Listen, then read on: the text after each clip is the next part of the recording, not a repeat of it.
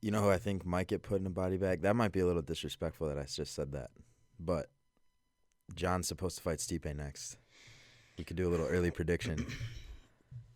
I'm just going to say I thought Stipe looked a little scared. I can see why you say that, but Stipe is such a nonchalant guy, and I think this has been his issue with the UFC, with them not wanting to give him certain fights or whatever it is behind the scenes. It just seems like they're just not happy with his persona that he puts out. He's just a nice guy. He's chill, super relaxed dude. He's a firefighter, and I do think if I'm him, I would heed Jon Jones's words of I would put firefighting on the back burner for now. If this is truly what Stipe wants to do in terms of making this competitive. Because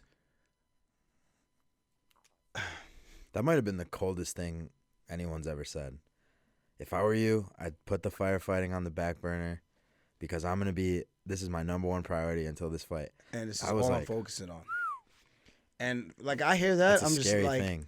That's like a challenge. Like, am I going to just do it and hope for the best, or am I going to heed those words and be like, I need to make sure I leave no stones unturned and come there game ready. Yeah. And I think Stipe could do it in the sense of he's wrestled before. He's not awful in wrestling. He's not that great at wrestling. Let's be honest. His primary skill set to me is the boxing.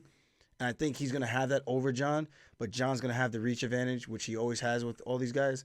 And he's going to have the eyes to level change and look for tendencies. And Stipe's got to make sure he doesn't show any tendencies of where he stands so straight and upright that Jon's going to be able to fake, throw something big, maybe step in with an elbow, look for a clinch, another body lock. And if he gets that body lock again, man, the fight's over. How's Stipe's jiu-jitsu? I haven't really sat and watched him roll. I've seen him roll next to me, but I'm going to say it's not like Jon Jones, and I'm gonna say it's not like Craig Jones, not Craig Jones, Gordon Ryan or anything like that. It's like what it is for the entire division. Like there's not many good high level grapplers at the heavyweight division. Yeah. In terms of jiu-jitsu. Yeah. There's some decent wrestlers there, like Igor Blagoy Ivanov. He's a decent wrestler. I don't say not decent. He's a solid wrestler. Like straight up wrestling, he's very good. And then you got Curtis Blades, straight up wrestling, he's very good.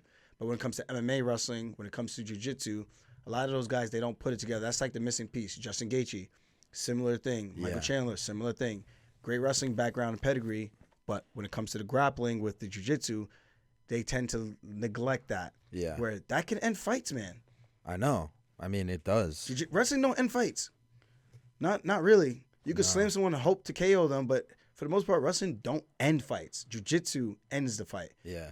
You could get to a wrestling position, but then you got to punch them out. That's work. The guy can still move. He can still get up, and he can still be in the fight. You know? And you can get exhausted from trying to punch them out. Yeah. Jiu-jitsu, you get a submission, the game's over. Don't exhaust yourself, but you get a submission, the game's over. Yeah. And I feel like most wrestlers don't embrace jiu-jitsu. So what made you take it so seriously? Like what? Well, I was always better on the ground wrestling because of the way you wrestled. Because of the way I wrestled in college. That's why this whole thing. Let me give my prediction. I think as it stands today, because Stipe hasn't fought in a very long time, I have to lean towards the side of Jones. And I'm not saying anything crazy could happen, as we saw with Valentin Shevchenko and Alexa Grasso.